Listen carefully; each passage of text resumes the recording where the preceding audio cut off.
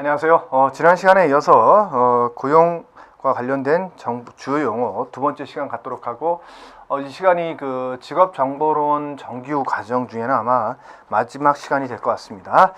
자, 우리 교재 140페이지 부족인원부터 보도록 하겠습니다. 부족인원은 말 그대로 충원 계획은 있으나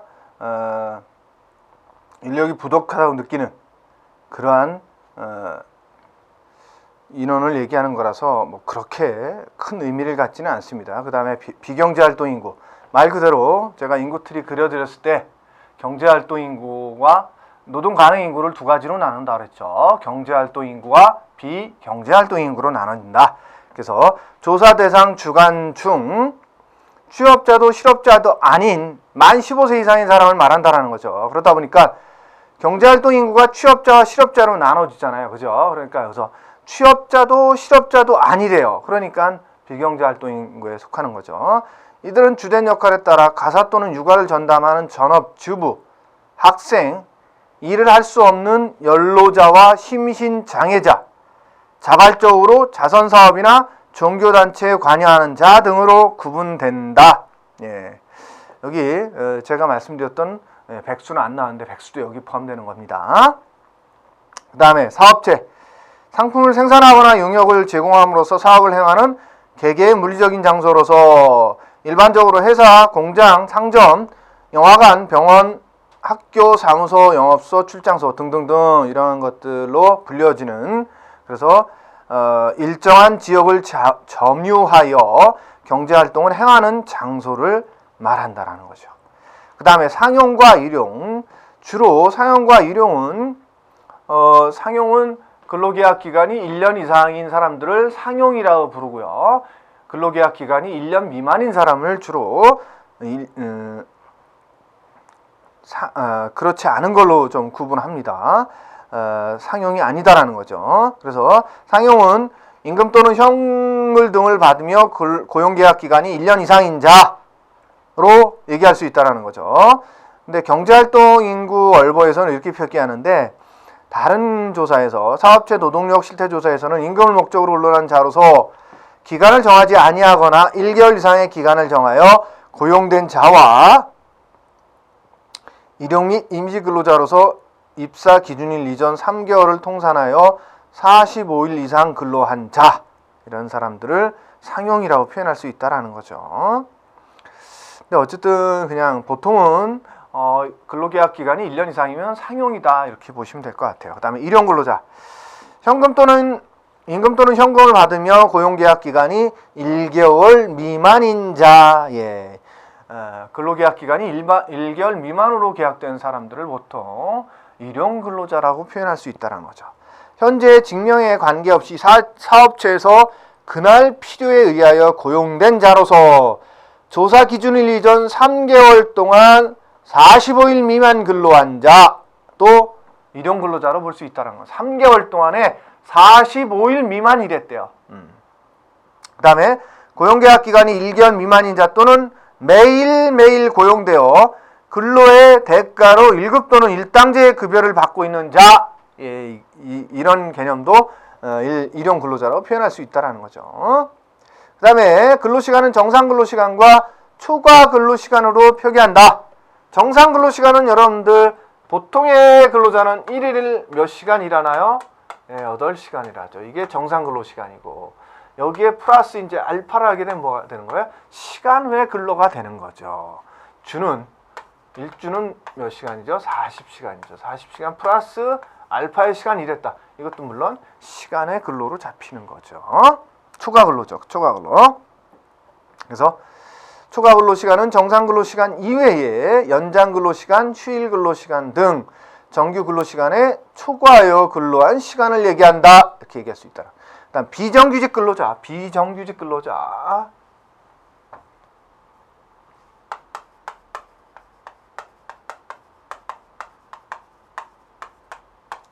비정규직 근로자는 크게 한시적 근로자. 두 번째는 시간제 근로자. 세 번째는 비전형 근로자. 한시적 근로자라는 건 말 그대로 한시적으로만 일한다는 거예요. 그냥 주구장창 일하는 것이 아니라 한시적으로 언제부터 언제까지만 일하세요 라고 하는 거. 주로 뭐라고 표현하나요? 우리 일상적으로 계약직 근로자라는 표현을 쓰죠. 그죠? 계약직 근로자. 그래서 기간제 근로자, 법적으로는 기간제 근로자라는 표현을 쓰죠. 기간을 정해놓고 일하는 사람들을 기간제 근로자로 표현하는 거죠. 그죠? 그 다음에 시간제 근로자는 말 그대로 일정 시간, 그러니까 통상 시간보다 훨씬 더 좀 적게 일하는 사람들. 일일에 있어서는 8시간보다 훨씬 적은 사람들이 되겠죠. 그죠? 그 다음에 주에 있어서는 40시간보다 훨씬 적게 일하는 사람들을 시간제 근로자라고 표현할 수 있다라는 거죠. 특정한 시간대만 일해주는 거예요. 그 다음에 비전형 근로자. 전형적이지 않다라는 거죠. 비전형이라는 것은. 그러다 보니까 여기에는 파견 근로자도 속하고요. 그 다음에 용역 근로자나 특수형태 근로자도 용역, 특수형태. 특수형태 근로자 혹은 특수형태 고용자. 그래서 보통 이런 사람들이 어떤 사람들이 속하냐면 학습지, 그 다음에 골프장의 캐디, 그 다음에 지입차주, 그죠? 그 다음에 요즘은 그런 것도 있는 것 같아요. 그러니까 보험 설계사, 이런 분들이 특수 형태의 근로자에 속하시는 분들입니다. 그 다음에 가정 내 근로자, 그 다음에 일일 근로자, 이런 분들이 비전형 근로자에 속할 수 있다라는 거죠. 그 다음에 신규 구인 인원은 말 그대로 신규예요, 신규. 그러면 그 기준을 어떻게 할 거예요? 매월로 봐요, 매월로 보다 보니까 전월 구인 인원은 뭐래요? 신규가 아닌 거죠. 당월에만, 그죠? 당월에 새롭게 그러니까 구인이 뭐예요? 여러분들, 구인이 회사에서 채용하고자 하는 인원이죠. 매월로 본다 그랬어요, 이 데이터를. 그러다 보니까 예를 들어서 전월에는 이 지역 회사에서 100명이라는 근로자를 고용한다 그랬다. 그러면 이달에 당월에는 저건 필요 없는 거죠. 그렇죠? 그래서 여기서 채용 안 된 사람들이 50명 있었고 다시 당월에 60명을 더 고용한다 그랬다. 그러면 100명만이 110명이죠. 110명. 전월 50명 새롭게 다시 구한다. 50명밖에 채용을 못해서 이달엔 또 60명을 또 새롭게 구하겠다는 회사가 있어요. 그럼 이달에만 구하고자 하는 그 인원이 신규 구인 인원이다. 신규 구직자도 마찬가지예요. 당월에 나 일자리 좀 구하려고 나왔어요 라고 구직 활동을 개시하는 사람, 등록한 사람, 이 사람들을 신규 구직자라고 할 수 있다. 그 다음에 신규 입직자는 말 그대로 당월에 입직한 사람들. 입직이라는 건 뭐예요? 직업에 들어간 사람들인 거죠. 그 전까지는 구직 활동만 하던 사람이 채용이 되거나 이래서 직업으로 들어가게 되면 입직이라는 표현을 쓰는 거죠. 그 다음에 신규 채용률. 신규 채용률은 말 그대로 당월에 채용된 거죠. 그러면 매월 본다 그랬으니까 데이터를. 그러면 신규 채용률은 전월 기준으로 전월 말 근로자 대비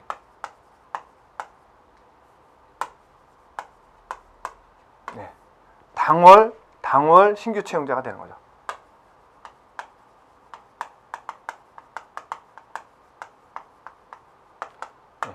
전월 기준으로 봐야 그 변하기 전 데이터가 되는 거잖아요. 그죠?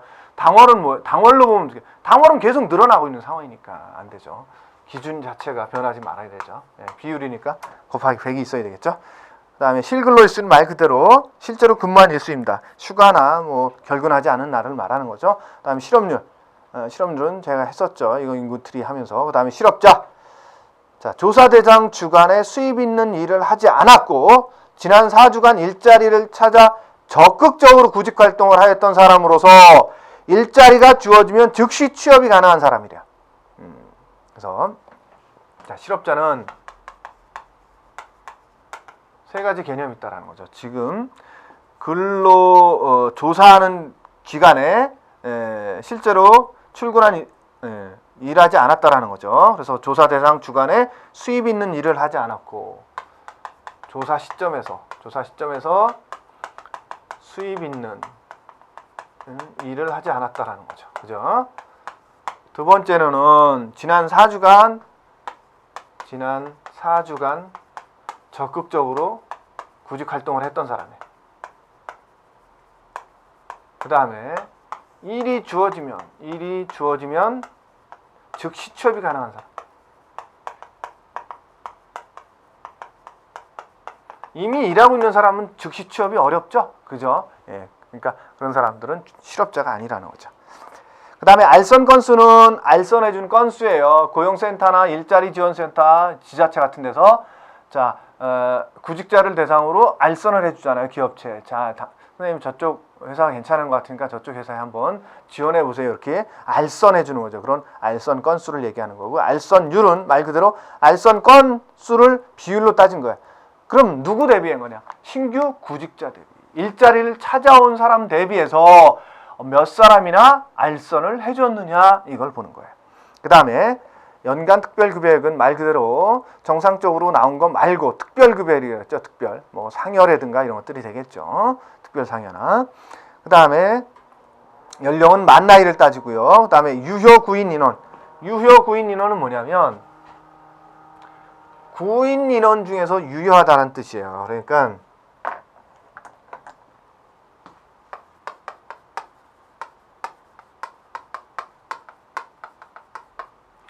자, 월초에 각각의 어떤 지역에서 회사들을 합쳐서 100명을 뽑기로 했어요. 근데 자, 월 중으로 지나가면서 뭐 어느 회사에서 10명, 어느 회사에서 또 10명 이런 식으로 뽑겠죠. 그러다 보니까 월 말에 갔더니 이제 50명만 뽑으면 된대요. 이게 유효 구인 인원이에요. 예. 월말 기준으로 봤을 때 실제적으로 이제 얼마를 더 뽑아야 돼? 라고 남아있는 인원이 유효 구인 인원이다. 반대로 유효 구직 인원도 마찬가지예요. 구직 인원은 말 그대로 월 초에 200명의 사람들이 고용센터에 와서 나 취업할 거예요. 일자리 좀 구해주세요. 라고 요청했다라는 거죠. 그랬는데 중간중간 이렇게 해서 5명, 10명, 5명 뭐 이런 식으로 취업이 됐어. 매일같이. 그러다 보니까 월말에 갔더니 70명 남아있어. 이 사람들이 유효 구직 인원이다. 이렇게 이해하시면 될 것 같아요. 그 다음에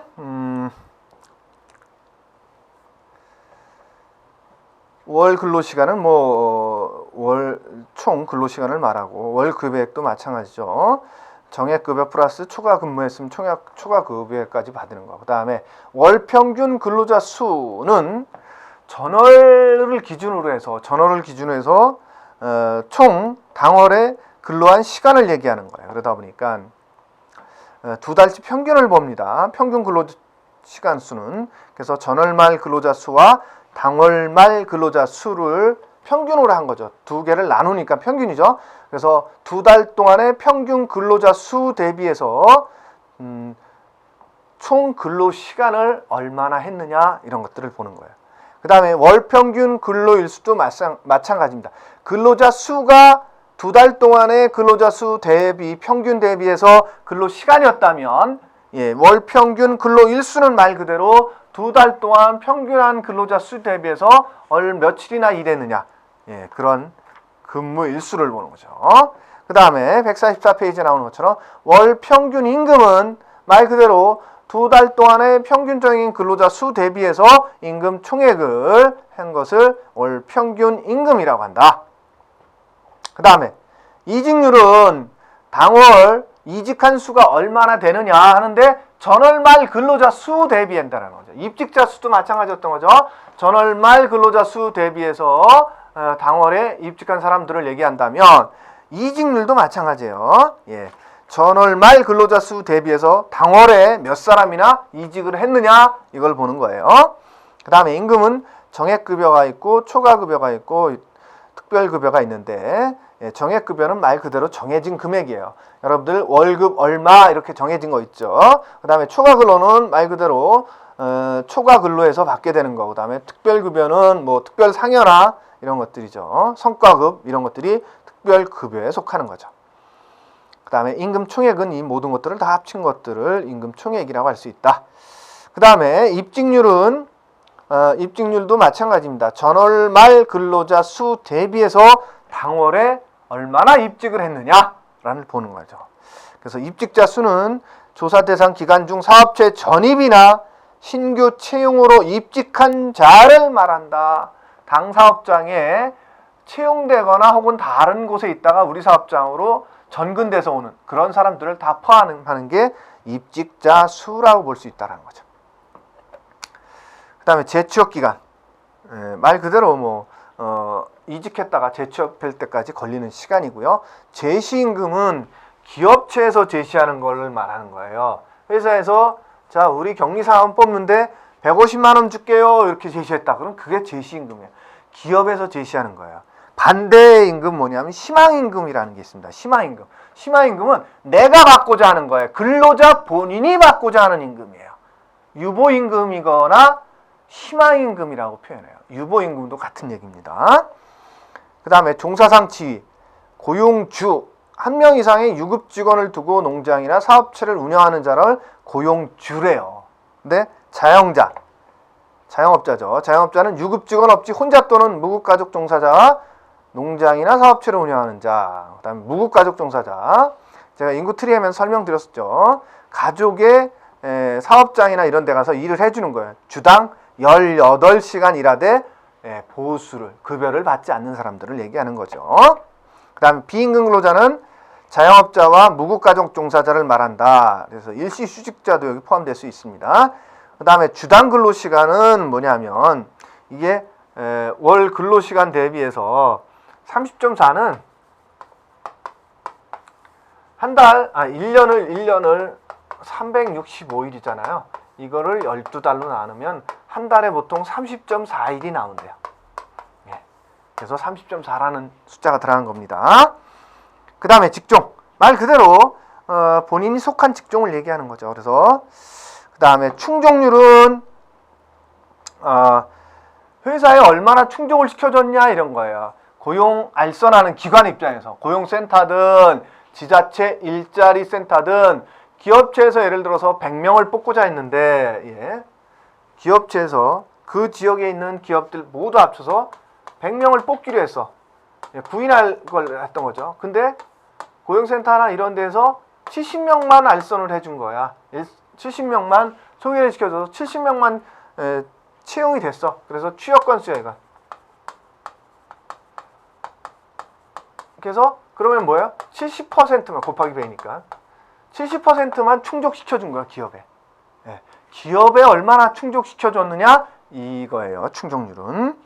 그 다음에 취업 건수는 말 그대로 알선을 해서 최종적으로 취업이 처리가 된 거예요. 취업 처리. 그걸 취업 건수라고 그래요. 그 다음에 채용률. 취업률은 말 그대로 여기서의 취업률은 인구트리에서 취업률과 다른 거예요. 인구트리에서의 취업률은 뭐였어요? 경제활동인구. 경제활동인구분의 취업자 수였죠. 그럼 여기서의 취업률은 뭐냐? 구직자 대비해서 얼마나 취업했냐를 보는 거예요. 예를 들어서 너도 나도 일자리 구한다고 100명이 나갔어. 노동시장에 나갔어. 근데 그 중에서 70명만이 취업이 됐어. 이걸 보는 거예요. 여기서의 취업률은. 아시겠죠? 그래서 신규 구직자 수분의 취업 건수를 얘기하는 거예요.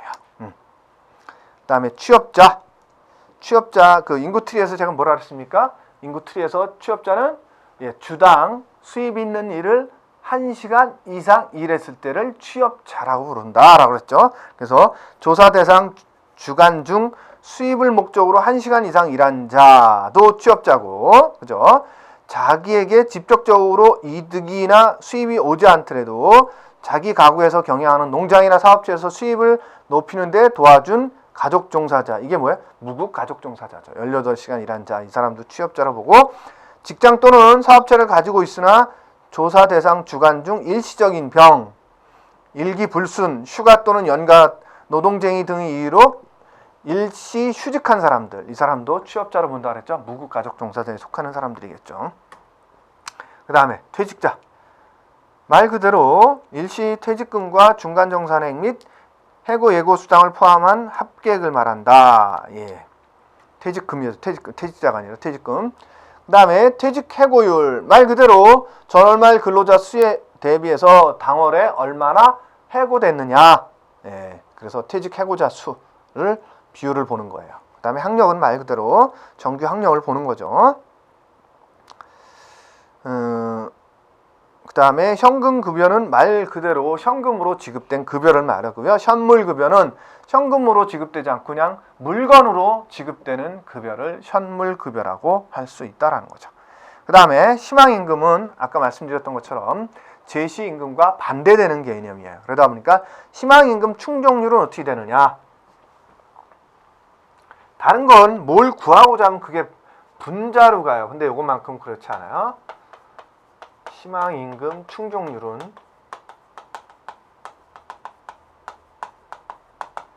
희망임금 대비 제시임금이에요. 희망임금 대비 제시임금. 자, 예를 들어 볼게요. 나는 사회 나가서 취업을 한다면 최소한 180만 원은 받고 다니고 싶어요. 월. 네? 월. 근데 회사에서는 당신 같은 사람 150밖에 못 주겠는데요. 그 이상 못 줘요. 하는 거예요. 그러면 희망임금 충족률은 어떻게 돼요? 한 80% 되려나? 계산하기 편하게 해볼게요. 그럼 200이다. 월 200을 받고 싶었던 사람이에요. 근데 회사에서는 150만 주겠대. 예. 그러면 어떻게 되는 거예요? 75%의 충족이 된 거죠. 그죠? 예. 그래서 본인이 받고자 하는 임금 대비해서 회사에서 얼마를 제시했느냐, 이것을 비율로 본 거예요. 예. 그게 희망임금 충족률입니다.